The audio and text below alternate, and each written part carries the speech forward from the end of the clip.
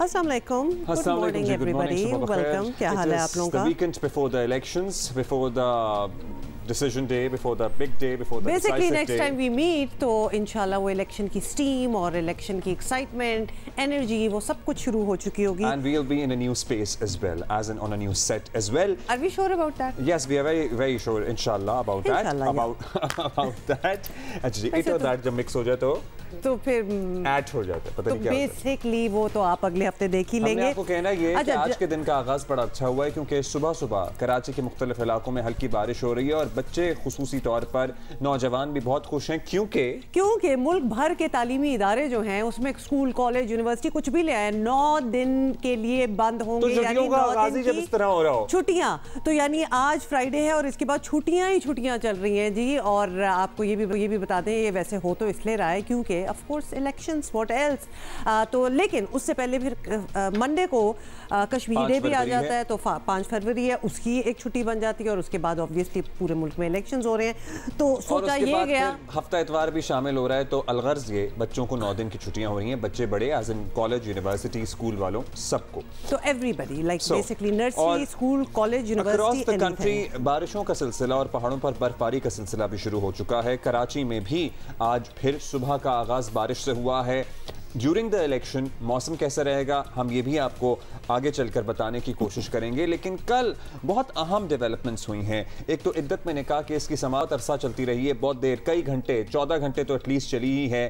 फिर और भी कुछ बातें हैं जिनकी क्लैरिटी आना ज़रूरी है. तोशाखाना केस में 14 साल कैद की सज़ा पाने वाली बानी पीटीआई की अहलिया बुशरा बीबी जेल की सोबतों से फिलहाल ऐसा लग रहा है कि बच गई हैं. उन्हें रिलीफ तो है, बचेंगी, मतलब मुसीबत ही होगी वहाँ तो वहाँ से उनको रिलीफ मिल गया क्योंकि आपको पता है ना कि बनी गाला को सब जेल करार देकर उनको घर मुंतकिल कर दिया गया है. और इस मामले पर अफवाहों का बाजार जो है वो गर्म है. हर किसी को लग रहा है कि दाल में कुछ तो काला है क्योंकि एनआरओ की आवाज़ें भी सुनाई दे रही हैं. वरना कैसे हो सकता है कि इतना बड़ा रिलीफ. और कोई कह रहा है कि बानी पीटीआई या तो खुद साबका खातून अव्वल की हुकूमत से कोई डील हुई है या उनकी हुई है, किसी न किसी की डील ज़रूर हुई है, लोगों का ये कहना है. और लोग एक दूसरे से पूछ भी रहे हैं कि ऐसा कैसे हो सकता है कि किसी को इतनी लंबी सज़ा हो मगर जेल के बजाय उसे उसके अपने ही घर में रहने की सहूलत मिल जाए.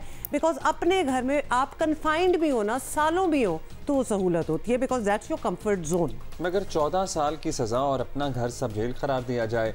खैर ये बातें भी हो रही हैं कि डॉक्टर यास्मीन राशिद, आलिया हमजा और सनम जावेद समेत कई और पीटीआई की खवातीन जेल में हैं. बुशरा बीबी पर यह खास मेहरबानी क्यों की गई है? और तो और मुस्लिम लीग नून की चीफ ऑर्गेनाइजर मरियम नवाज ने भी सवा जलसे में इस पर बहुत से सवालात उठाए हैं, अपनी कहानी भी बयान की. सुने. मरियम नवाज को भी ऑफर हुई थी जब अडयाला में अपनी मां को मैं छोड़ के आई नवाज शरीफ साहब के साथ गिरफ्तारी देने के लिए. तो जिस दिन मुझे अडयाला लेकर गए मुझे भी ऑफर हुई थी कि आप अडयाला की बजाय सहाला रेस्ट हाउस शिफ्ट हो जाएं. मैंने कहा नहीं, मैं अगर जेल जाऊंगी तो अब नवाज शरीफ के साथ जाऊंगी, मैं किसी रेस्ट हाउस में नहीं जाऊंगी.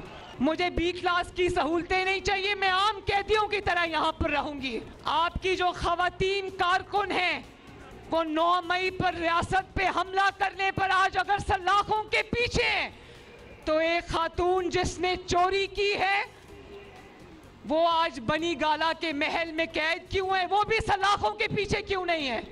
अच्छा जी, साथ ही आपको बता दें कि बानी पीटीआई ने अफवाहों की तरदीद की और उनका दावा है कि बुशरा बेगम के लिए बनी गाला को सब जेल करार देना हुकूमत का अपना फैसला था. इद्दत में निकाह केस की समाअत के मौके पर बुशरा बीबी ने सहाफ़ियों से गैर रस्मी बात की और हुकूमत से किसी डील की तरदीद की. बुशरा बीबी का कहना था कि अगर मुझे डील के तहत बनी गाला भेजा गया है तो ये डील कैंसिल कर दे. तहरीक इंसाफ के वकील रहनुमा शोएब शाहीन का भी यही कहना है कि बनी गाला को सब जेल करार देने की कोई दरख्वास्त नहीं की थी.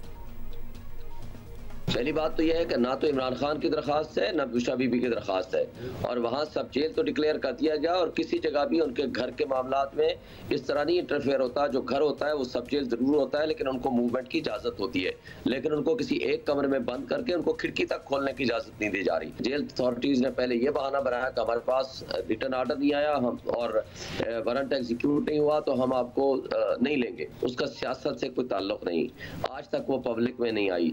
जिस तरह सियासत में घसीटा गया उसको, लोगों की नफरतें इनके खिलाफ इस कदर आ गई कि वो इसको शायद अफोर्ड न कर पाए हो।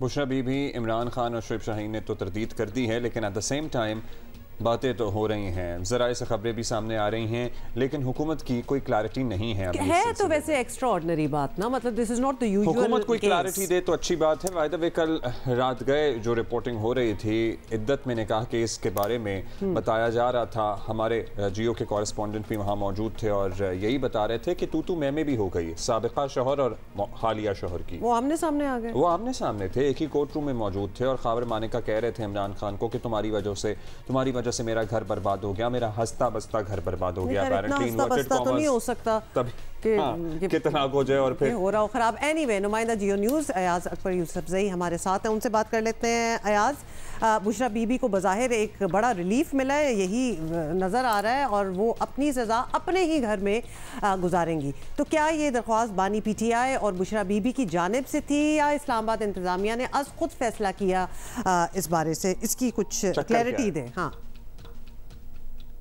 बुशरा बीबी ने दरख्वास्त की जेल इंतज़ामिया से कि अगर हो सकता है तो मुझे अगर आप बनी गाला में ही रख लें तो ये बेहतर होगा, क्योंकि शायद अडियाला जेल का जो माहौल है उससे वो वाकिफ़ थी।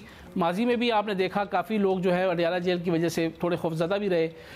तो इस दौरान जब स्टूडेंट से डिप्टी स्टूडेंट ने ये बात की तो फिर उन्होंने अबामी तौर पर मशवरा किया और उन्होंने बाज़ाब्ता तौर पर इस्लामाबाद इंतज़ामिया को तहरीरी दरख्वास्त दी कि जी वो बुशरा बीबी को जो है वो अगर आप बनी गाला को ही सब जेल डिक्लेयर कर दें तो बेहतर होगा हमारे लिए।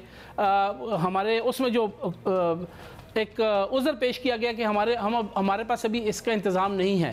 अभी इंतज़ाम किस किस्म का था उसके हवाले से तो अब वो जेल स्टूडेंट ही बेहतर बता सकते हैं, लेकिन हमारी इतलात के मुताबिक बुशरा बीबी ने ये खुद दरख्वास्त की कि आती हैं। तराज किसी एजेंसी को इसलिए नहीं हो सकता क्योंकि एजेंसी का काम है किसी भी बंदे को सज़ा दिलवाना। ये एजेंसी से मुराद है पुलिस है, नैब है, FIA है, मैं उसकी बात कर रहा हूँ।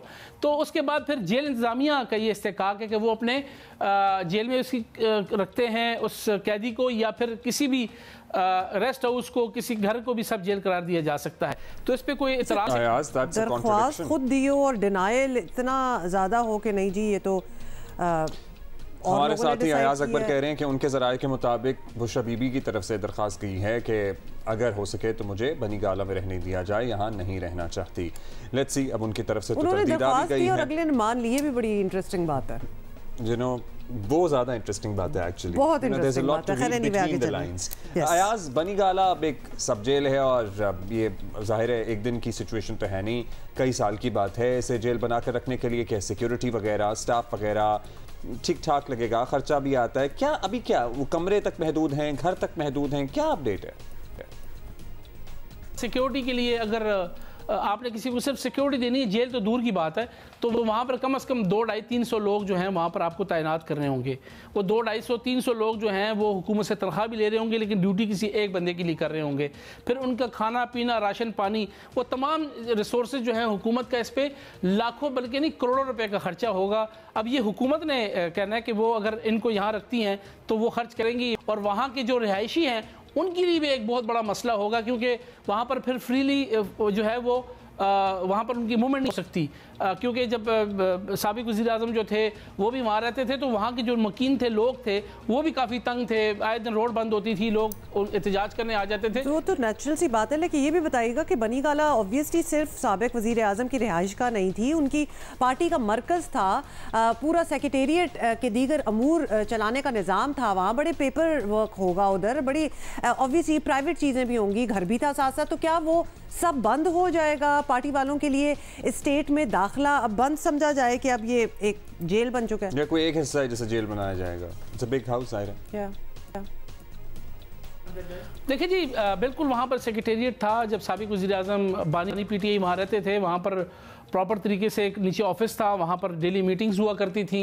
जब वो वज़ीर-ए-आज़म नहीं थे तब भी, जब वज़ीर-ए-आज़म हुए तब भी, तो वहाँ पर रोज़मर्रा के उमूर भी सर अंजाम दिए जाते थे। वहाँ पर बाकायदा तौर पर रिकॉर्ड भी मौजूद था, हर चीज़ें थी। लेकिन जब बानी PTI जो है वो जेल चले गए तो वहाँ से उनका ऑफिस जो है वो ख़त्म कर दिया गया। अब जो PTI का अपना सेंट्रल ऑफिस है वो G8 मरकज़ में है, वहाँ पर उनका तमाम रिकॉर्ड है काफ़ी अरसे से। एक तो जब वो वज़ीर-ए-आज़म नहीं रहे तब भी, और जब वो अरेस्ट हो गए, जेल में चले गए, तो उसके बाद मुकम्मल तौर पर बनी गाला जो है वो एक खामोश किस्म की, बुशरा बीबी से लोग मिलने आते थे। अब उनके लिए भी जो है subject to approval of superintendent jail Adiala, वो अगर किसी को अलाउ करेंगे तो वो जाके उनसे मिल सकता है। अदरवाइज वो सब जेल है और सब जेल में वही रूल फॉलो होते हैं जो एक जेल के कैदी पे होते हैं।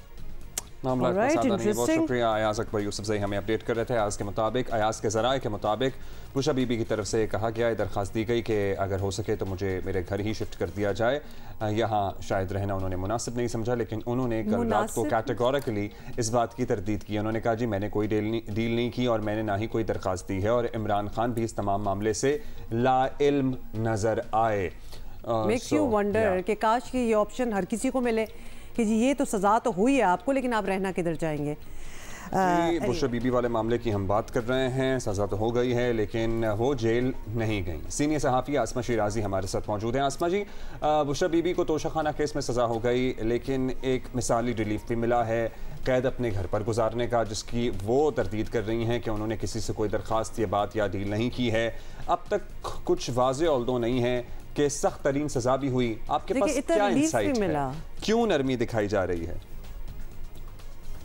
दो तरह की इत्तलात जो है वो आ रही हैं कि एक तो दरख्वास्त की गई थी ख़ुद इमरान खान साहब की जानिब से, और दूसरी तरफ जो है वो शायद हुकूमत ने उसको एक्सेप्ट भी कर लिया, और अगर हुकूमत चाहती तो वो मुस्तरद कर सकती थी। बुशरा बीबी को घर पे रखना, बनी गाला के अंदर रखना, उनको बहरहाल अपना घर जो है वो जेल से तो बहुत बेहतर है वहाँ पे रखना, ये एक ना समझ में आने वाला फ़ैसला है और इसके ऊपर बहुत तनकीद भी की जा रही है। हो सकता है इसकी रीज़न्स हो। अच्छा, अब चले इस डिबेट में हम नहीं पढ़ेंगे कि रिलीफ उन्होंने मांगा था या खुद ही उनको हुकाम ने दे दिया था ये रिलीफ, लेकिन इस बहस को अगर साइड पे रख दें तो ये ज़रूर बात हो रही है कि तहरीक इंसाफ की दीगर कैद ख़वातीन के लिए भी अब नरमी हो जानी चाहिए। तो आपके ख्याल में बुशरा बीबी के बाद दीगर पार्टी कारकुनों के लिए आसानी पैदा हो सकती है, क्योंकि एक sort of an example has been set here? मेरा नहीं ख्याल कि दीगर जो ख़वातीन हैं उनके लिए आसानियाँ पैदा होंगी। ख़ुद आप देखें कि जो बानी हैं तहरीक इंसाफ के, उनके लिए भी जेल में जो सहूलतें हैं, जो आसाइशें हैं, वो आम लोगों के लिए तो नहीं हैं।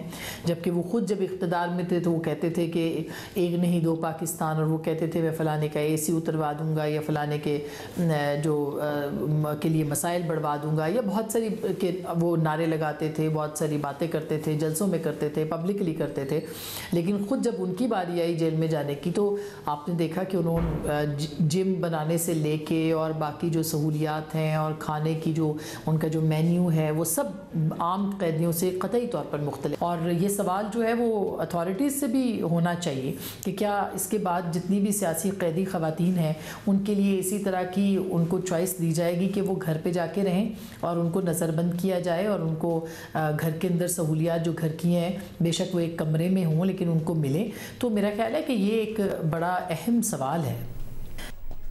डेफिनेटली, बिल्कुल सही सवाल तो है। और एक और भी सवाल है जो हर कोई पूछ रहा है, वो ये है कि बानी PTI और उनकी अहलिया के खिलाफ जो फैसले आए हैं आसमा साहिबा, तहरीक इंसाफ के लिए इसका सियासी असर क्या होता नज़र आ रहा है? इलेक्शन में फ़ायदा होगा या अदरवाइज? मेरा ख्याल है कि इससे कोई नुकसान तो नहीं होने वाला। जो तहरीक इंसाफ का वोट बैंक है उसका अपना एक माइंड सेट है, वो अपने उसके मुताबिक सोचते हैं। शायद फ़ैसलों का आना जो है वो इसलिए भी हो कि जो आने वाली हुकूमत है वो, जैसे कि इमरान खान साहब के दौर से पहले ही बहुत सारे केसेस बना दिए गए थे, तो एक तासुर ये जाए कि पिछली हुकूमत ने, ये निगरान हुकूमत ने ये सारे मामला, एक परसेप्शन बनता चला जा रहा है कि सियासी फ़ैसले हैं उसमें बहुत सारे लोग अगर कसूरवार भी हैं तो वो फ़ैसले जो है वो धुल जाते हैं, क्योंकि इतने इल्ज़ामात आपके निज़ाम के ऊपर हैं, आपके सिस्टम के ऊपर हैं कि वो सारे के सारे फ़ैसले जो हैं वो फिर धुलते हुए नज़र आते हैं। बहुत शुक्रिया आसमा शराजी। लेकिन बड़ी अनप्रेसिडेंटेड किस्म की ये सारी चीज़ें जो हैं वो हो रही हैं। मतलब आई वाज जस्ट थिंकिंग कि खान साहब खुद जेल में है, whatever the jail might have become, लेकिन बड़ी सहूलत है और बड़ा रिलीफ है जो बुशरा बीबी को मिला है, that she can be in the comfort of her own home even if she is confined to just one room. Actually इस पे क्लैरिटी आनी चाहिए कि क्या बाज़ाब्ता दरखास्त की गई थी, वर्बल दरखास्त की गई थी, वर्बल दरखास्त की गई थी तो इतने वो रहम, और अगर रिटन थी तो वो भी सामने नरम दिल है कि वो जो भी वर्बल दरखास्त करे वो मान लेते हैं। अगर रिटन दरखास्त है तो वो सामने लाई जाए, क्योंकि एक पार्टी डिनाई कर चुकी है कि कोई दरखास्त नहीं की है, कोई रिलीफ नहीं मांगा। और अगर इनको रिलीफ मिली है तो बाकी खवातीन का क्या कसूर है? लेकिन दूसरी तरफ से ये इनको बहुत लंबी सजा की इतनी बड़ी रिलीफ ये खबरें भी आ रही हैं कि you know there is something more to it. दुनिया भर में 4 फरवरी को कैंसर की रोकथाम और आगाही का दिन मनाया जाता है। चूंकि इतवार को हमारा प्रोग्राम नहीं है और टॉपिक बहुत इम्पोर्टेंट है, तो हमने सोचा क्यों ना आज ही इस पे बात कर ली जाए। अच्छा, ये मैं एक trivia before we get to our guest आपको जल्दी से बता दें कि आलमी इदारा सेहत की रिपोर्ट के मुताबिक गुज़िश्ता 2 दिहाइयों में कैंसर में मुब्तला अफराद की तादाद जो है वो दुगनी होगी, उसमें दुगना इजाफा हुआ है। Can you imagine? तो ये बड़ी अलार्मिंग बात है। बहुत सारी चीज़ इसमें कंट्रीब्यूट करती हैं। ज़ाहिर है हमारा माहौल है, आबो हवा है, प्रिजर्वेटिव हैं, ग़िज़ाएं सबसे इम्पोर्टेंटली अब वैसी नहीं रहे जैसे पहले हुआ करती थी। डॉक्टर तस्नीम दाऊद हमारे साथ मौजूद हैं, मौलिज अमराज़े कैंसर। डॉक्टर साहिबा बहुत शुक्रिया। डॉक्टर साहिबा, पाकिस्तान में भी ज़ाहिर मुख्तलिफ़ अक़साम के कैंसर की शरह बहुत ज़्यादा है, लेकिन क्या हम ये कह सकते हैं कि अब इलाज भी पहले से बहुत बेहतर तरीके से हो सकता है और बहुत सारी स्टेजेस जो पहले काबिल इलाज नहीं थी अब हैं? अस्सलामुअलैकुम, थैंक यू सो मच मुझे बुलाने के लिए, इनवाइट करने के लिए thank you so much. Yes, आप बिल्कुल सही कह रहे हैं कि अब जो कैंसर की ट्रीटमेंट है वो बहुत एडवांसमेंट्स आ चुकी हैं और कैंसर अर्ली स्टेज में भी बिल्कुल जड़ से ख़त्म किया जाता है और एडवांस स्टेजेस और मेटास्टैटिक मतलब अगर बीमारी फैला हुआ हो तो भी बहुत अच्छा बेहतरीन इलाज अब आ चुका है, जिसको हम इन अदर वर्ड्स कीमोथेरेपी, तो सबको थोड़ा बहुत मालूमात है कि कीमोथेरेपी होती है जो ड्रिप के फॉर्म में दवाई दी जाती है। अब हमारे पास टारगेटेड ट्रीटमेंट्स आ गई हैं जो बिल्कुल ही कैंसर का जो मर्ज है उसको स्पेसिफिकली टारगेट करती है, तो उसमें साइड इफेक्ट भी बहुत कम होते हैं मरीजों को और बहुत हद तक पेशेंट्स की सर्वाइवल को भी इम्प्रूव करता है और साथ में उनकी क्वालिटी ऑफ लाइफ जो रोजमर्रा की शुआओं से या लेजर से या रेडिएशन से बहुत पहले से इलाज किया जा रहा है, क्या उसके बाद कोई नई तरीके की रेडिएशन आई है या उसी में कोई और चीज़ आ गई है? रेडिएशन के पॉइंट ऑफ व्यू से आई वुड से कि हमारे पास स्टीरियोटैक्टिक रेडिएशन आ गई है। अब अगर अल्लाह ना करे किसी का बीमारी फैला हुआ बीमारी है, कैंसर है, तो अगर उसकी बीमारी बहुत ज़्यादा नहीं फैली हुई है और कुछ स्पेसिफिक एरियाज में फैली हुई है तो उस स्पेसिफिक जगह पे शुआएं लगाई जा सकती हैं ताकि बीमारी को जड़ से ख़त्म किया जा सके, जिसको हम लोग स्टीरियोटैक्टिक रेडिएशन थेरेपी कहते हैं। और दूसरी जो नई ट्रीटमेंट्स आई हैं उसमें हमारे पास टारगेटेड ट्रीटमेंट्स के इन द सेंस कि हमारे पास मॉलिक्यूलर टारगेट्स होते हैं जिसके अंदर स्पेसिफिक दवाइयाँ दी जाती हैं। जैसे हमारे पास जैसे हर्सेप्टिन ब्रेस्ट कैंसर में बहुत टाइम से आ गई है, लेकिन अब हमारे पास जैसे आंतों की बड़े आंत की बीमारी की कोलन कैंसर के अंदर बहुत सारी ट्रीटमेंट आ गई है, फेफड़ों में लंग कैंसर के अंदर बहुत सारी ट्रीटमेंट आ गई है जो ये तो कैच इसके ये डिटेक्ट कब होता है? अगर डायग्नोसिस पहले हो जाए, अर्ली स्टेजेस पे हो जाए तो तब ये सारी ट्रीटमेंट्स जो हैं दे वर्क बेटर और work at all, right? I would like yes. These treatments work. ये वाली जो सारी ट्रीटमेंट्स की हम बात कर रहे हैं टारगेटेड ट्रीटमेंट्स, ये यूजुअली स्टेज 4 में दी जाती है जो लेटर स्टेजेस में है। If you talk about the early stage disease, तो अर्ली स्टेज में हमारे पास बहुत सारे जो सॉलिड कैंसर है, जैसे फॉर एग्जांपल लाइक छाती का कैंसर है, फेफड़ों का कैंसर है, मैदे का कैंसर है, आंतों का कैंसर है। इसमें यूजुअली मल्टी मोडालिटी ट्रीटमेंट्स दी जाती हैं जिसमें हमारे पास सर्जरी का भी इस्तेमाल होता है, कीमोथेरेपी का भी इस्तेमाल होता है, शुआओं का भी इस्तेमाल होता है। तो really depends on what stage we are talking about, क्योंकि ज़्यादा फियर स्टेज 4 बीमारी का होता है क्योंकि ये समझा जाता है कि जो स्टेज 4 का बीमारी है वो बिल्कुल ही ला इलाज बीमारी है, बिल्कुल डेथ सेंटेंस है या इरिवर्सिबल है। बट कुछ there are so many treatments available now कि हम बहुत हद तक उसको कंट्रोल कर सकते हैं। पेशेंट्स अपनी जिंदगी नॉर्मल गुजारते हैं, सारी चीजें करते हैं, जॉब्स पे जाते हैं, पता भी नहीं होता है। Which is the most prevalent kind of cancer in Pakistan? क्योंकि हम बहुत इस पे शोज कर चुके हैं और एक हम सोचते सुनते भी हैं और स्टैट्स भी बताते हैं कि ब्रेस्ट कैंसर सबसे ज़्यादा अगर रीजन में देखा जाए तो पाकिस्तान में। यस अनफॉर्चुनेटली ब्रेस्ट कैंसर दुनिया भर में ही, लेकिन हमारी कंट्री में भी ब्रेस्ट कैंसर औरतों में सबसे मोस्ट कॉमनली पाया जाने वाला कैंसर है। मर्दों में भी पाया जाता है लेकिन औरतों में ऑब्वियसली ज़्यादा है। 21% आई वुड से कि हमारे पास जो है वो कैंसर्स में सबसे ज़्यादा प्रेवलेंट है वो ब्रेस्ट कैंसर है। उसके बाद हमारे पास ओरल कैविटी, मुंह का जो कैंसर है वो है, और मेन में स्पेशली मर्दों में ज़्यादा वो सबसे मोस्ट प्रेवलेंट, सबसे ज़्यादा कॉमन कैंसर मुंह का कैंसर है। उसके बाद फिर दूसरे कैंसर्स आते हैं। तो दीज एंड मुंह का cancer is something which is very preventable disease, क्योंकि इसमें जो बड़ा रोल प्ले करते हैं वो हमारे पास हैबिट्स हैं, जैसे पान, गुटखा, छालिया, तंबाकू, मेनपुरी, बहुत सारी स्मोकिंग। लेकिन ये भी वो कैंसर्स हैं जो कंट्रोलेबल हैं। डिस्पाइट हाई नंबर्स, ये भी वो कैंसर्स हैं जो कि क्योरेबल हैं, टोटली क्योरेबल भी हैं। yes अर्ली स्टेजेस में they are all kinds of cancers in the early stages are curable, बिल्कुल जड़ से खत्म कर सकते हैं ऑल काइंड्स ऑफ कैंसर्स। और एक और डॉक्टर तस्नीम, टाइम कम है लेकिन अर्ली एजेस में भी अब आजकल हम बहुत देख रहे हैं। एक कैंसर पहले सोचा जाता था लेट एज इन लाइफ, अब तो बच्चों में, जवानों में, 20s के लोगों में भी कैंसर जो है हो भी रहा है और अमवात भी हो रही है उस वजह से। Yes, you're so right. Unfortunately ऐसा है। कुछ कैंसर्स जो, जैसे कुछ में बच्चों के कैंसर्स तो होते हैं, वो तो खैर वो बच्चों में होते ही हैं, लेकिन जो दूसरे कैंसर्स जो 70s 80s में देखे जाते थे, फॉर एग्जांपल लाइक कोलन का कैंसर है, छाती का कैंसर है, लेकिन अब अनफॉर्चुनेटली हम लोग यंगर एज ग्रुप में भी देख रहे हैं। स्पेशली कोलन कैंसर्स, हमारे पास जो बड़ी आंत का कैंसर है वो यंगर पॉपुलेशन में 20 साल के लोगों में, 30 साल के पेशेंट्स में हम बहुत देखते हैं। Primarily scientists are working on, research हो रही है कि क्या एक्चुअली वजूहात हैं, लेकिन most likely lifestyle modification is one of the reasons कि बहुत लाइफस्टाइल सेडेंटरी की तरफ ये बड़ी आपने डॉक्टर तस्नीम बड़ी की बात की है। बिल्कुल, बहुत शुक्रिया फॉर बीइंग विद अस, बहुत शुक्रिया दिस मॉर्निंग।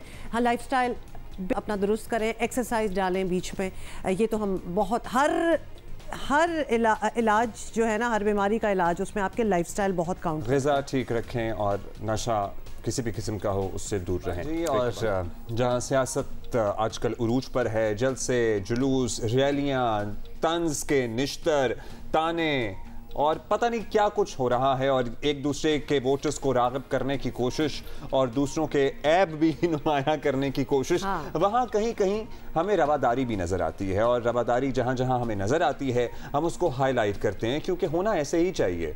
और मुस्लिम लीग नून के रहनुमा है कैप्टन सफ्दर, बिल्कुल, और ये जरा फुटेज हम आपको दिखाएंगे तो आपको समझ आएगी। और एक नौजवान बच्चा जिसने अपने दोनों कांधों पर पीटीआई के झंडे लगाए हुए थे, वो वहां मौजूद था। पीछे नून लीग के गाने भी बज रहे हैं। हाँ, पूरा एक माहौल सेट हुआ हुआ है, लेकिन उन्होंने ऐसा रास्ते में चलते चलते उस बच्चे को भी देखा, एक्नॉलेज किया, प्यार किया, उसके पास आए, चलकर उसके पास गले लगाया, बड़ा उसको अच्छी तरह मिला। यस, उसके माथे को चूमा, उसके सर को चूमा और फिर आगे चले गए, क्योंकि जाहिर है बच्चे तो बच्चे हैं और ये सब हमारे बच्चे हैं।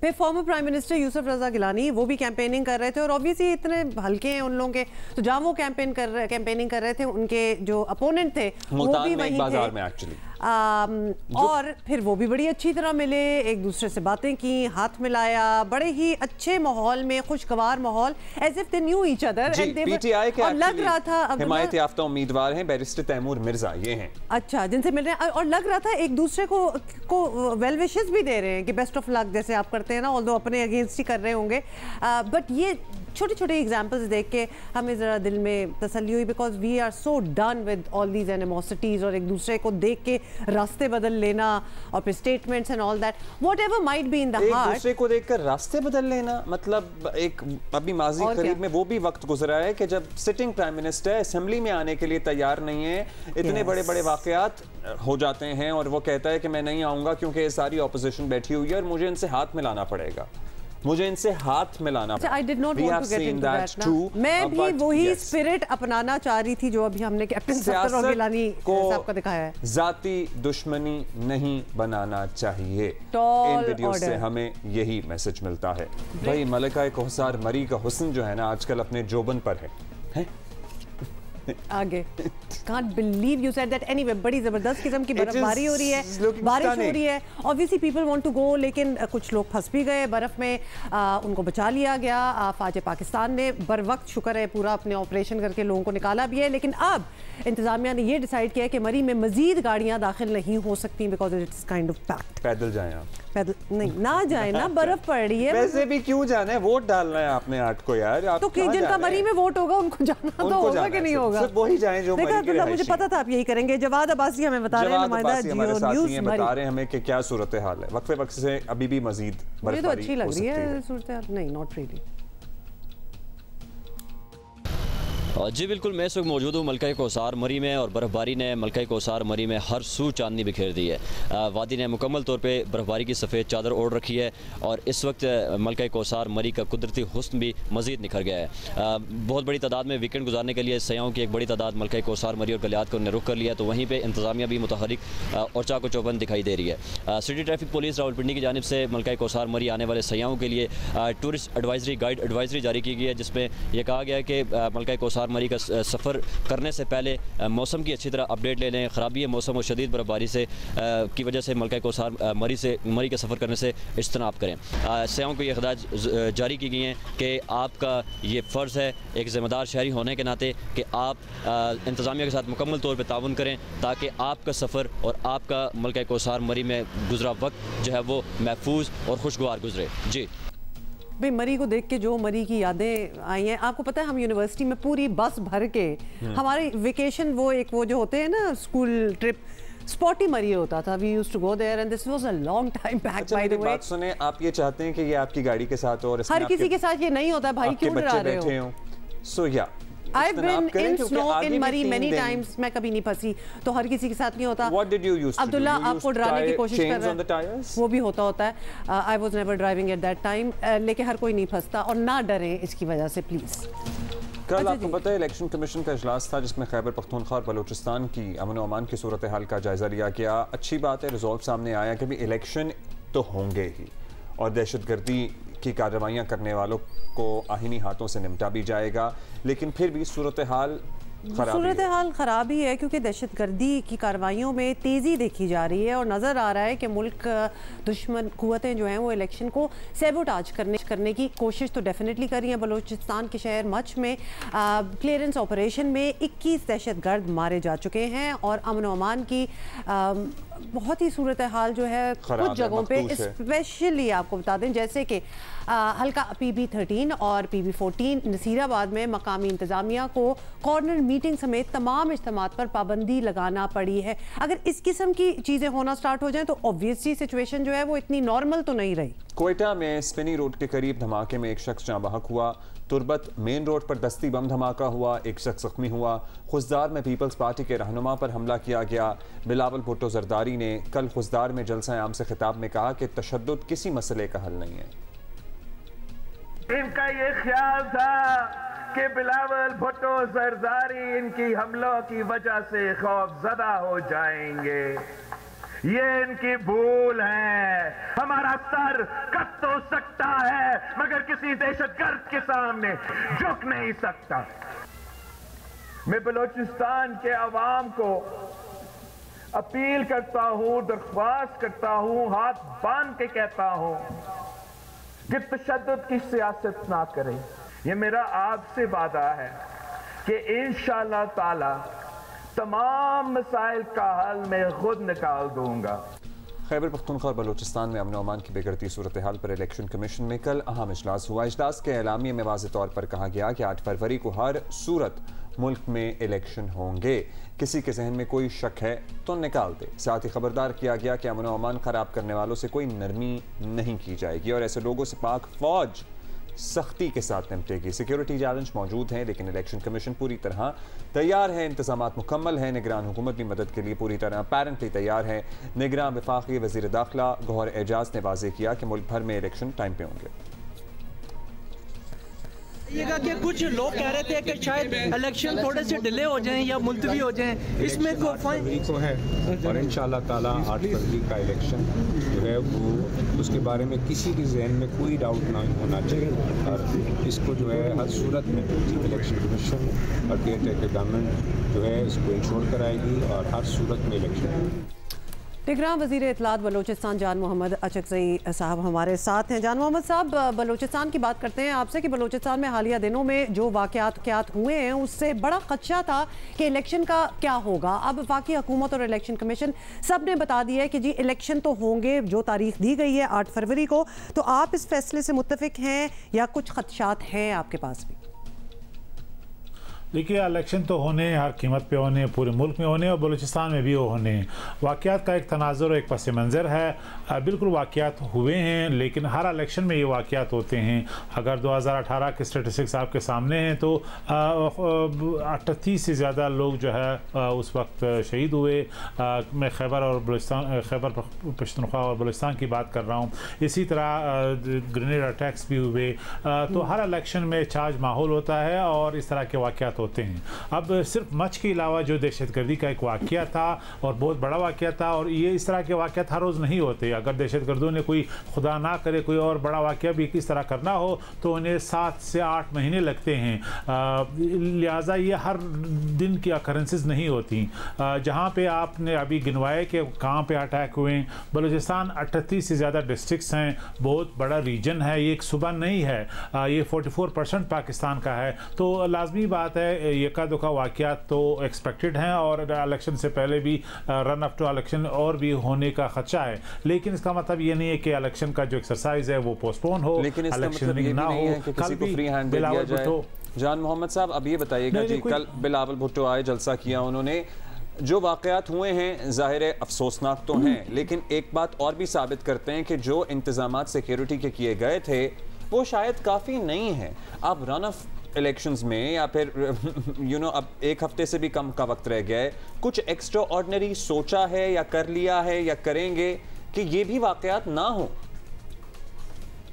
अच्छा, पहली बात ये कि कोई किसी को फ्री पास नहीं दे रहा। दहशतगर्दों के ख़िलाफ़ ये हमारी जंग है। अमान हर रोज़ शहीद हुए हैं, हो रहे हैं। अभी मच में हमारे एफसी के 4 जवान शहीद हो गए। लिहाजा ये तो मतलब मेरे ख्याल में एक ऑफ द कप रिमार्क है जो इस्तेमाल हुआ है। दूसरी बात ये कि ख़ुद इसी सूबे में बिलावल भुट्टो साहब आपने इशारा किया वो भी आए हैं। तो ये अगर खुदा न खासा नो गो एरिया हो तो पाकिस्तान के ये एक बड़े सियासतदान बिलावल साहब क्यों आते अगर उनको खदशा था। लेकिन इसके बावजूद भी आज भी हज़ारों रैलियां होंगी, कॉर्नर मीटिंग्स होंगे। इलेक्शन की उम्मीद है, लोग चार्ज हैं और इंशाल्लाह इलेक्शन होंगे। हमारी यकीनन इलेक्शन में स्ट्रिच दिन होते हैं सिक्योरिटी फोर्सेस, पुलिस, लेवीज़, क्योंकि आपने पूरे बलूचिस्तान को सिक्योर करना होता है और नहीं होता। इसमें कोई दो राय कंडक्ट कराना सिक्योरिटी के पॉइंट ऑफ व्यू से हर इलेक्शन मैं कोई इसमें यानी उसको डाउन प्ले नहीं करना चाहता, लेकिन इलेक्शन होंगे, इसके लिए कोई भी रुकावट बर्दाश्त नहीं की जाएगी। अच्छा जान मोहम्मद साहब, ये कॉन्फिडेंस जो है ये क्या हर पार्टी मेंबर का, हर पार्टी लीडर का है? क्योंकि बलूचिस्तान में जो जमातें कंटेस्ट कर रही हैं, आपकी हुकूमत का ऑब्वियसली किसी ना किसी सतह पर उनसे रब्ता तो रहता ही होगा। तो क्या उन जमातों को एतमाद में लेकर फैसले किए जा रहे हैं? सियासी रहनुमाओं को मोहतात रहने का पाबंद भी ऑब्वियसली बनाना होगा। They are on board. देखिए, हर जो इम्पोर्टेंट कैंडिडेट्स हैं हम उनको भी ऑन बोर्ड ले रहे हैं। हम इंश्योर कर रहे हैं कि उनकी सिक्योरिटी भी हो, उनके प्रोटोकॉल सिक्योरिटी के हवाले से वो कोऑर्डिनेटेड हो हमारे लोकल इंतज़ामिया के साथ, क्योंकि एक खुदा न खास्ता वाक़े में एक कंस्टिट्यूंसी में भी इलेक्शन पोस्टपोन होते हैं जब जो मेन कंटेस्टिंग कैंडिडेट्स हैं उनमें से कोई शहीद होता है। तो हम नहीं चाहते कि इस तरह का कोई भी वाक़या हो। अल्हम्दुलिल्लाह अभी तक कोई इस तरह वाक़या नहीं हुआ है जिसमें कंटेस्टिंग कैंडिडेट जो है वो शहीद हुए हों और इसकी वजह से कोई एक कंस्टिट्यूंसी में इलेक्शन पोस्टपोन हुए हों। ये अभी तक नहीं हुआ, लेकिन हम सियासी पार्टियों के साथ ऑन बोर्ड हैं, इंगेज्ड हैं, लूप में ले रहे हैं कि किस तरह हम उनको सिक्योरिटी प्रोवाइड करें और वो कोऑर्डिनेटेड जलसे करें ताकि हम यकीनी बनाएं कि वो सेफ हों। ये 2 वे प्रोसेस है। जहाँ पे हमने दफ़ा 44 लगाई उसका मकसद भी यही है कि हमें बताया जाए कि कहाँ पे कॉर्नर मीटिंग हो, कहाँ पे जलसे हों, ताकि इंतज़ामिया जो है उनको की प्रोटेक्शन को यकीनी बना सके। और इसका मकसद भी एक 2 वे प्रोटोकॉल जो है इनिशिएट करना है between the local administration and the contesting candidates and the party जो रेलिंग कर रहे हैं। तो मकसद यही है कि मिनिमाइज हों खुदा न खास्ता इस तरह लॉसेस।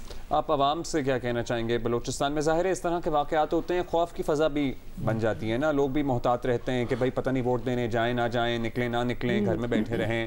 सो आवाम को आप अश्योर करेंगे कि आप आएँ, बाहर निकलें, आप लोग महफूज रहेंगे? हम बिल्कुल आवाम से अपील करते हैं कि आपने खौफ और डर के तमाम जो है वो खदशात जो है अपने खातर में नहीं लाना है। इलेक्शन के दिन निकलना है। ये पाकिस्तान की ट्रांजिशन है और हमने इलेक्शन करवाना है। पाकिस्तान को आगे ले जाने के लिए इलेक्शन ज़रूरी है और आपकी पर्ची बहुत मैटर करती है। आपके आइंदा 5 साल मुस्तकबिल, सियासी मुस्तकबिल आपके हाथ में है। तो अगर आप घरों में बैठोगे तो आपका सियासी मुस्तकबिल जो है ख़तरे में होगा। लिहाजा निकलें, 8 फरवरी को कोई भी दहशतगर्दी के वाक़े को खातिर में ना लाएं। अच्छा, कितने पोलिंग स्टेशंस जो हैं वो हसास डिक्लेयर किए गए हैं अगर हम सिर्फ बलूचिस्तान की बात करें, क्योंकि incidents running up to the elections इतने हुए हैं कि हम सिर्फ वंडर कर रहे हैं कि किस किस को एक स्पेशल एक्स्ट्राऑर्डिनरी सिक्योरिटी दी जाएगी। बिल्कुल उसकी तमाम जो है वो कैटेगराइजेशन हो चुकी है। हमारी कोशिश है जो असास सिक्योरिटी के पॉइंट ऑफ व्यू से डिक्लेयर हुए हैं उनको जो है फुल प्रूफ सिक्योरिटी दी जाए, जिसका मतलब है पुलिस, लेवीज़ और अगर सिविल एड में लोकल एडमिनिस्ट्रेशन या डीसी चाहे तो फ़ौज और एफसी भी अवेलेबल है। इसमें तकरीबन 18 ऐसे पोलिंग बूथ हैं जिनको हमने असास डिक्लेयर किए हैं जो एक्स्ट्रा सेंसिटिव है और जहाँ पे हम मेक श्योर करेंगे कि उनको जो है एक्स्ट्रा हम सिक्योरिटी प्रोवाइड करें। यकीनन ये सारा एक्सरसाइज हो चुका है और इसकी सिर्फ इम्प्लीमेंटेशन के लिए जो है वो लगे हुए हैं। अच्छा, हमने देखा पख्तूनख्वा में मुतअद्दिद इलाकों में इवन मरी में भी बर्फ़बारी भी हो रही है। अब जो रास्ते हैं उनको खोला भी जा रहा है ताकि एक्सेसिबल रहें। बलूचिस्तान में ओवरऑल आपकी जैकेट से तो लग रहा है कि बहुत ठंड है। आई एम श्योर बहुत ठंड होगी, लेकिन तमाम इलाके इस एक्सेसिबल हैं। मौसम की ऐसी कोई ऐसा सख्ती तो नहीं है जिसकी वजह से लोग ना निकल पाएँ या पोलिंग स्टेशन तक ना पहुँच पाएँ? देखिए, जो सियासी पार्टियां हैं उन्होंने लोगों को काफ़ी मोबिलाइज़ किया है, चार्ज किया है। तो एक गेमा गेमी है, इलेक्शन का एक ख़ास इन्वायरमेंट है जिसमें मेरा नहीं ख्याल कि मौसम की वजह से लोग अपने घर बैठेंगे, क्योंकि सियासी पार्टी के कारकुन रीच आउट कर रहे हैं। वो मेक श्योर करेंगे कि उनको बूथ तक पोलिंग के दिन लाया जाए। जहाँ तक मेन एक्सेस हाईवेज़ हैं, हम हर कीमत पर उनको यकीनी बनाएंगे कि ट्रैफिक रहे। जहाँ पर वेदर के चैलेंजेस हैं, हम मेक श्योर करेंगे कि वहाँ पर भी हाईवेज़ और रास्ते खुले रहें ताकि लोगों की आमद और रफ्त में आसानी हो। तो जहाँ पे हमारी जिम्मेदारी है वो इंशाल्लाह हम पूरा करेंगे। बाकी ओवरऑल लोगों की जो इंथुजियाज्म है वो सियासी पार्टियां डेवलप कर ही रही हैं और वो अपनी एक्टिविटी। अच्छा, पोलिंग स्टाफ के हवाले से भी बता दें कि पोलिंग स्टाफ सेटिस्फाइड हैं कि उनको जिन चीज़ों की ज़रूरत होगी और सिक्योरिटी की भी जो ज़रूरत होगी, मतलब उनको अपने काम करने के लिए हर चीज़ मुहैया है। जी बिल्कुल, इलेक्शन कमीशन ने एलिब्रेट इंतजाम किए हैं, कोऑर्डिनेटेड है हमारे सूबाई हुकूमत की और इंतज़ामिया के साथ। तो वो तो मैं रिवील नहीं कर सकता कि किस दिन कहाँ पे किस ज़रिए कौन से कम्युनिकेशन के ज़रिए जो है वो चीज़ें पहुँचाई जाएंगी। लेकिन इम्पॉर्टेंट ये कि उनके लिए एलिब्रेट इंतजाम हो चुके हैं। बाकी ये कि हम इंशाल्लाह जो स्टाफ है उनकी सिक्योरिटी को भी यकीनी बनाएंगे और सियासी पार्टियों से भी हमारी अपील है कि इलेक्शन के दिन बखसूस वो अपने इख्तलाफात को मैनेज रखें ताकि कोई इस तरह का लॉ एंड ऑर्डर का मसला पैदा ना हो। शुक्रिया आपका, थैंक यू। जान मोहम्मद अचकज़ई, निगरां वज़ीर इत्तलात पाकिस्तान हमारे साथ मौजूद थे। अच्छा, people also have to make a contribution कि हर चीज़ जो है वो स्मूथली हो जाए। तो लिहाजा अगर आप लोग जा भी रहे हैं, एक तो जाना बड़ा ज़रूरी है वोट के लिए, तो ख़ुद को भी मतलब be vigilant a little bit और अपने इर्द गिर्द पर भी नज़र रखें। जाहिर है कोई भी मशकूक हरकत होती है, मशकूक शख्स होता है, का ज़रूर इस्तेमाल होना चाहिए। सामान होता है तो वो आप भी रिपोर्ट कर सकते हैं। और लाइनें शानी लग जाती हैं, रश पड़ जाता है, लोग आ जाते हैं। मतलब patience is the key on this day, तो उसको भी ज़रूर इन माइंड रखिए और वोट ज़रूर डालने के लिए निकलिए। अच्छा जी, तहरीक इंसाफ आइंदा हुकूमत में अपनी सियासी ताकत बहाल करने की हर मुमकिन कोशिश कर रही है। अचानक पार्टी इंतखाबात का ऐलान भी इसी हिकमत अमली का नतीजा है। कल इंट्रा पार्टी इलेक्शन का ऐलान हुआ, साथ ही स्केड्यूल भी जारी हो गया और 5 फरवरी को यानी मंडे को इलेक्शन जो हैं वो करवा लिए जाएंगे। 14 जनवरी को सुप्रीम कोर्ट ने इलेक्शन कमीशन का फैसला दुरुस्त करार देते हुए पीटीआई के इंट्रा पार्टी इंतखाबात कल अदम करार दिए थे और बल्ले का निशान भी वापस ले लिया था। ये आपको याद ही होगा। तहरीक इंसाफ के हिमायत याफ्ता उम्मीदवार अब आज़ाद हैसियत में इलेक्शन लड़ रहे हैं। पार्टी की कोशिश है कि इलेक्शन लड़ने वाले उम्मीदवार मेंबर होने के नाते पार्टी पॉलिसी के पाबंद होंगे और शायद इसीलिए ये इंट्रा पार्टी इलेक्शन भी हो रहे हैं। किसी और पार्टी में नहीं जा सकेंगे। यही नहीं, पीटीआई तो शायद ये उम्मीद भी लगाए बैठी है कि उन्हें रिजर्व सीट्स भी मिल जाएंगी इसके तहत। तो ज़ाहिर पार्टी तो है, हमने इलेक्शन कराना है, उसके लिए हमने इंटर पार्टी इलेक्शन करा रहे हैं ताकि हम जब जीत के आएँ तो हम अपनी पार्टी को ज्वाइन करें, ताकि किसी किस्म का वो जो रिजर्व सीटों का मामला है उस पर भी कोई बहम बाकी ना रहे। इंशाअल्लाह ताला हमारा जो वो रिजर्व सीटों का मामला था वो भी सेटल डाउन हो जाएगा, और उसके अलावा जो ऑब्जेक्शन था कि जी ये ऑब्जेक्शन पूरा नहीं हुआ या ये ऑब्जेक्शन पूरा नहीं हुआ, उसको भी हम कवर अप कर लेंगे। हाँ, लेकिन कुछ सवाल तो यही बनता है ना कि ये ऑब्जेक्शन पहले पूरा क्यों नहीं हो रहा था, क्योंकि एक वक्त था इलेक्शन कमीशन तहरीक इंसाफ को इंट्रा पार्टी इलेक्शन के लिए बार बार याद दहानी कराता रहा, साल गुजर गए मगर इलेक्शन नहीं करवाए गए, और एक वक्त ये है कि 2 माह बाद ही पार्टी को दूसरी मरतबा इलेक्शन कराना पड़ रहा है। अगर यही काम बर वक्त कर लिया जाता तो शायद तहरीक इंसाफ आज अपने इंतखाबी निशान के साथ मैदान में होती। खैर, इसी पे बात करते हैं। ये जो अब तहरीक इंसाफ का प्लान या स्ट्रैटेजी सामने आई है इंट्रा पार्टी इलेक्शन कराने की before elections to keep their winning candidates intact और and to get reserve seats, ये कितनी कामयाब होगी, ये क्या हो भी सकता है या नहीं। साबिक secretary election commission Kanwar Dilshad हमारे साथ मौजूद हैं। कंवर साहब, तहरीक इंसाफ ने इंट्रा पार्टी इंतखाबात बड़े अचानक कॉल किए हैं, मतलब जुमेरात को ऐलान किया, स्केड्यूल जारी किया, 5 को वोटिंग हो जाएगी, 6 को ऐलान हो जाएगा। सो इंट्रा पार्टी इलेक्शन का काम इतने दिनों में हो जाता है, इज इट ओके? मामला ये एक हफ्ते में नहीं होना, ये तकरीबन जो है 2 हफ्ते 15 दिन लग जाएंगे। सबसे अहम बात यह है कि जब इंट्रा पार्टी इलेक्शन हो जाएगा तो इन्हीं के जो मुखालफिन जो हैं वो फिर इलेक्शन कमीशन में दरख्वास्त देंगे कि जनाब इसको निकालेंगे, इनकी खराबियां निकालेंगे या इनके बहुत सी बातें जो हैं जो छुपी हुई हैं वो सामने लेके आएंगे। तो फिर इलेक्शन में पाकिस्तान को ला मोहल्ला इन पर दोबारा सारा एग्जाम करना पड़ेगा, वो देर हो जाएगी। पार्टी का इंटर पार्टी इलेक्शन करवा के तो हम अपने जो आज़ाद उम्मीदवार हैं, जो आज़ाद हमारे अरकान असम्बली जो कामयाब होके आएंगे वो तहरीक इंसाफ में शामिल हो जाएंगे। लेकिन जब तक इलेक्शन कमीशन पाकिस्तान इनके इंटर पार्टी इलेक्शन को तस्लीम नहीं कर लेता या इनको साथ साथ इनको इंतखाबी निशान नहीं मिल जाता तो उस वक्त तक ये जो है उस पार्टी में कोई ज्वाइन नहीं कर सकते। और इंटर पार्टी इलेक्शन कराने के बाद इंतखाबी निशान का मरला बड़ा मुश्किल पेश आएगा, इसके बाद जाके फैसले होंगे। तो उस वक्त तक तमाम अरकान असम्बली का नोटिफिकेशन हो चुका होगा, तो वो उसके ज़ाहिर है कि बाद में जब इलेक्शन कमीशन जो है बाद में किसी टाइम भी ये पार्टी ज्वाइन कर सकते हैं। लेकिन वो जो मखसूस नशिस्तें हैं ख्वातीन की वो उनके हाथ में बहुत मुश्किल मरला है, वो इस लिहाज से पहले मरले मुकम्मल हो चुके होंगे। कुछ बहुत ही आफ्टर थॉट जिसको कहते हैं ना, उस तरह ही हो भी रहा है और साउंड भी यही कर रहा है। ये बताइएगा कंवर साहब कि एक तासुर ये दिया जा रहा है कि इलेक्शन में जो हिस्सा लेगा वो कारकुन ही होगा और हिस्सा लेने वाले हर शख्स को तहरीक इंसाफ का मेंबर होने के नाते पार्टी पॉलिसी का पाबंद भी होना होगा।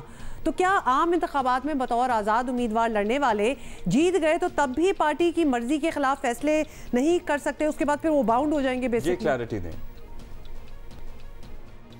नहीं, पार्टी जब आज़ाद उम्मीदवार जब अपने इलेक्शन में कामयाब होने के बाद वो असम्बली के रुकन बन जाते हैं तो जो इंतखाब में कामयाबी के बाद वो उनके रास्ता खुले हुए हैं, वो जिस पार्टी में चाहें वो उसमें शामिल हो सकते हैं। अभी इलेक्शन कमीशन पाकिस्तान ने एक वजाहत बयान किया है, उन्होंने कहा है कि ये हम खबरें सुन रहे हैं कि जनाब ये इमीडिएटली तहरीक इंसाफ में शामिल हो जाएंगे। वो तहरीक इंसाफ में शामिल होने का सवाल इसलिए नहीं पैदा होता है कि जब तक इंतखाबी निशान का फैसला नहीं हो जाता तो वो उस लिहाज से उसमें शामिल नहीं हो सकते।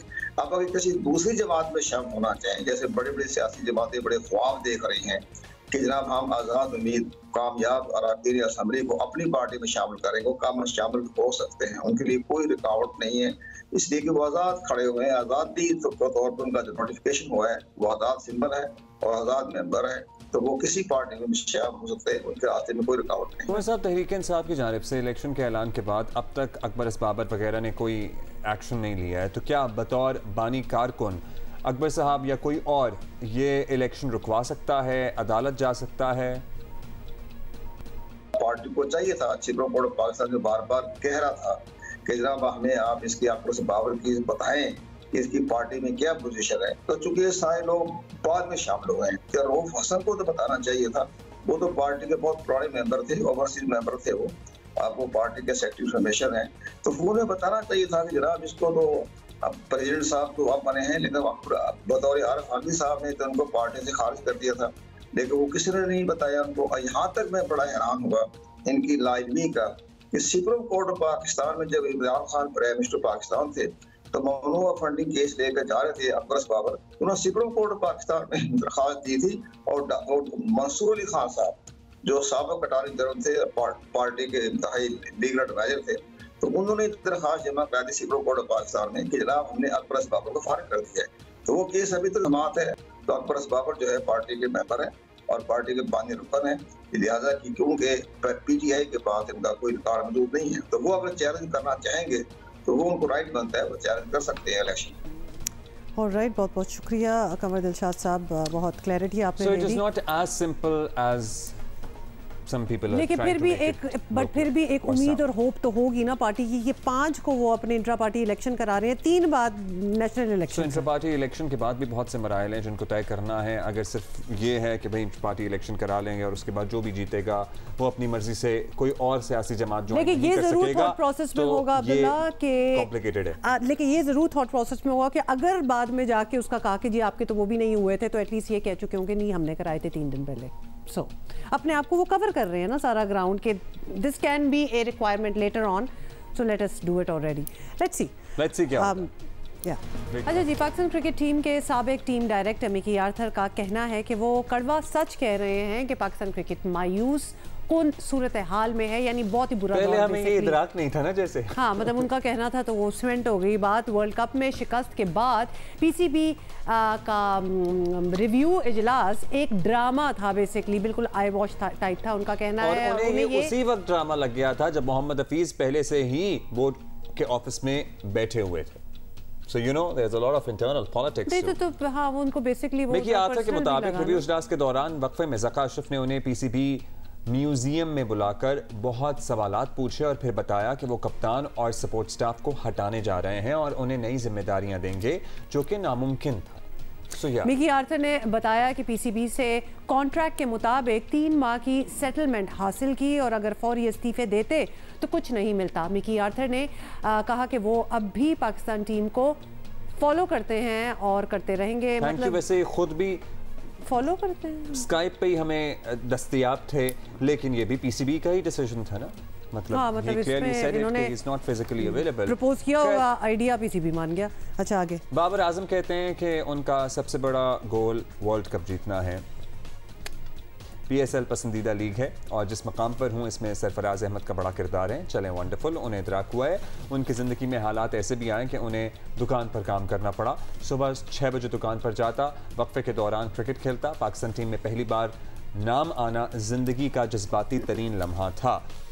You know, बाबर फखर जमान के साथ खेलते हुए specific fan following, fan base. Babar से हम सब प्यार करते हैं, हम चाहते हैं कि उनकी फॉर्म भी वापस आए, वो पाकिस्तान के लिए मजीद कामयाबियां समेटें और सर्टनली इट वुड, पता है क्या मुझे बड़ा दुख है, it would have been great कि अगर हम बाबर की कप्तानी में वर्ल्ड कप बड़ा ही बहुत ही अच्छा बहुत सी बातें उन्होंने की और साथ उन्होंने कहा कि जब खिलाड़ियों की परफॉर्मेंस की वजह से उनकी फैमिलीज़ को मतलब बेसिकली आपको पता ही है ना कि सोशल मीडिया पे हेट वगैरह भी हो जाता है, तो वो बहुत मुश्किल होता है उनके लिए डील करना। बाबर ने कहा कि बतौर प्रोफेशनल कोई परफेक्ट नहीं होता। नहीं बाबर, यू आर परफेक्ट। खासी जज्बाती सी बातें भी इन्होंने की हैं। पाकिस्तान में माहौलियाती तब्दीली के बायस तवातुर के साथ आने वाली आफात ने अवाम में थोड़ा बहुत माहौलियाती शऊर उजागर किया है और इसकी मिसाल ये है कि रवां इंतखाबात में माहौलियाती शोबे के सरगर्म कारकुन भी यानी कि एनवायरमेंटलिस्ट जो हैं वो सियासत में कदम रख रहे हैं। भाई तो कराची में जी PS 110, 110 और PS 99 से सब मंशूर लिए उम्मीदवार सामने आए हैं और इनके बारे में हमें बता रही हैं उनीबा ज़मीर शाह। सियासत के बारे में तो आप बखूबी जानते होंगे। क्या आपने सब्ज़ सियासत के बारे में सुना है? यानी एक ऐसी सियासत जिसमें माहौल के तहफ़्फ़ुज़, फितरत और माशरे के इस्तेहकाम में माहौलियात के किरदार को उजागर करना हो। पाकिस्तान में इस बार ग्रीन पॉलिटिक्स के तस्वुर के साथ कराची से ऐसे उम्मीदवार इंतखाबात में हिस्सा ले रहे हैं जिन्होंने अपने मंशूर में नेचर फर्स्ट को अहमियत दी है। मेरा नाम अहमद शब्बर है और मैं एक पाकिस्तान माहौलियाती तहफ़्फ़ुज़ का बानी हूँ और उस प्लेटफॉर्म से इलेक्शन बिड के अंदर पहला माहौलियाती जो कहते हैं कैंडिडेट के तौर पर हम लोग आगे आए हैं। जिससे मेन स्ट्रीम सियासी पार्टीज़ हैं उनके मंशूर के अंदर भी क्लाइमेट इस वक्त आया है। मेरा ये सवाल है कि जो 30, 40, 50 साल से जो एनवायरमेंटल डिग्रेडेशन चल रही थी तब क्यों नहीं था? 2010-2011 में जो सैलाब आए उस वक्त, उसके बाद आपने क्लाइमेट की या माहौलियात की, एनवायरनमेंट की इतनी सख्ती से बात करना क्यों नहीं शुरू की? क्योंकि इंटरनेशनल एक बज़वर्ड बन गया है, एक कूल चीज़ बन गई है, या उसके अंदर बिलियंस ऑफ डॉलर्स आने लगे हैं, तो आपने जो कहते हैं अपने मशरूम के अंदर डाल दिया कि जी हम भी कर रहे हैं, हम भी कर रहे हैं, हम भी कर रहे हैं। हमारी तमाम सियासी पार्टी जो मुझे लग रहा है कि वो क्लाइमेट ब्लेमिंग के अंदर और ग्रीन वॉशिंग के अंदर जो कहते हैं सख्त मसरूफ़ है। पहले होता था कि जी खुदा की कुदरत हम क्या करें, अब होता है कि वो जी क्लाइमेट चेंज है, 1% से पाकिस्तान जो कहते हैं वो करता है, कंट्रीब्यूट करता है, सारा नुकसान बाहर की तरफ है, बाहर वालों को चाहिए कि हमें पैसे दें। भाई अपना एक्ट तो आप पूरा करें ना, सिर्फ एक्टिविज्म नहीं। इस वक्त सियासत के अंदर भी आना बहुत ज़्यादा ज़रूरी है, वरना अगले 3, 4, 5 साल में आप ये देखेंगे कि इस इशू को भी कोऑप्ट कर लिया जाएगा और इस इशू को भी जो है दूसरे इशूज़ की तरह एक तरह से बिल्कुल ही यानी अजीब सा कर दिया जाएगा। पाकिस्तान में एक ग्रीन पार्टी भी है, ठीक है, दुनिया भर में ग्रीन पार्टीज़ हैं। उनका कहना यही है कि आपको ऐसे डिसीजन लेने कि आप फॉसिल फ्यूल को कम करें और शमसी तवानाई और दीगर रिन्यूएबल एनर्जीज़ को ज़्यादा बढ़ाएं। सो हमारे यहाँ सब ने मेंशन तो किया है, लेकिन ज़्यादा बढ़ाने के लिए नहीं कहा है, ठीक है। सो ये वो ग्रीन पार्टी जो है वो उसकी जो कैंडिडेट हैं वो है इरम साहिबा, और वो भी एक आप समझे कि माहौल दोस्त मंशूर लेके आ गई। माहिरीन के मुताबिक माहौलियाती तब्दीली से होने वाले नुकसानात के अजाले के लिए बैनुल-अक़वामी सतह पर बेहतरीन नुमाइंदगी के लिए पाकिस्तानी सियासी क़यादत में अब माहौलियाती माहिरीन को भी शामिल करना चाहिए। कैमरामैन ज़िशान इकबाल के साथ Unniba Zameer Shah, Geo news, Karachi. By the way, ये वो चीज़ें जो हम कह रहे थे कि आप जिसको वोट कर रहे हैं तो देखें कि उनके मंशूर में क्या क्या है, ऐसी चीज़ें हैं कि नहीं है। This is a good example. This is indeed a good example. और जनाब, बच्चे तो बहुत खुश हैं, लेकिन आपने बच्चों को ये बताना है, this can be a very good time to make children understand कि किस तरह से हम अपने हुक्मरानों को मुंतखब कर सकते हैं, जमहूरियत क्या होती है, ये निज़ाम कैसे चलता है, you know, utilise this time to obviously have fun as well and educate your children. Okay, from Monday we are going to have some special shows, और मंडे से हम 3 घंटे के शोज कर रहे हैं। So we'll start at 9 and at 12। See you, bye.